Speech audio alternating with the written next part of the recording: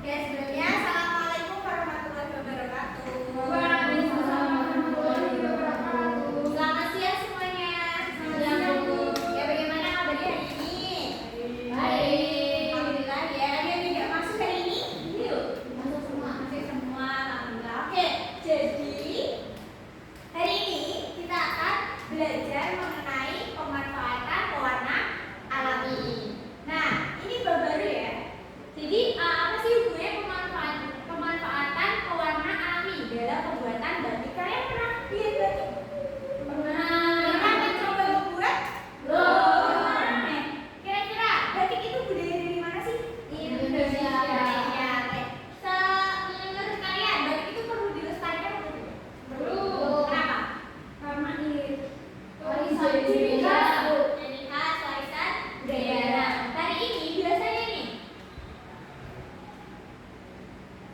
Oke, yang pertama, ini sering berhubungan dengan batik khususnya di daerah Pekalongan ya. Pernah ke Pekalongan?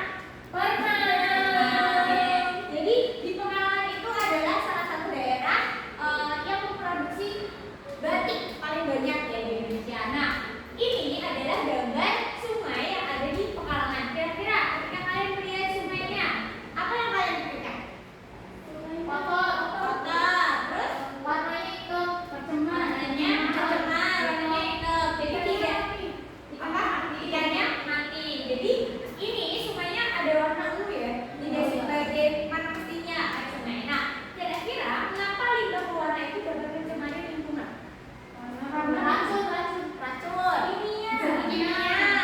Oke, terus kira-kira apa dampaknya bagi ekosistem di sungai ini? Ikannya mati ya. Terus bagaimana cara membuat kira-kira nih kalau ada kayak gini ini merusak lingkungan atau tidak? Pastinya Pak, merusak. Tadi ekosistemnya akan mati ya ikan-ikannya. Nah, kira-kira apa sih yang kalian bisa lakukan agar kalian bisa memproduksi batik tapi tanpa mengganggu ekosistem? Kira-kira Menggunakan bahan alami.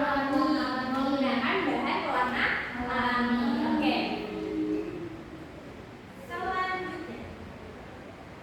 Nah, tujuan pembelajaran kali ini kita akan belajar tentang itu ya. Nah, tujuan pembelajaran kali ini adalah setelah melakukan pembelajaran nanti kalian diharapkan mampu menjelaskan apa itu pencemaran air, terus menganalisis dampak limbah pewarnanya, lalu menjelaskan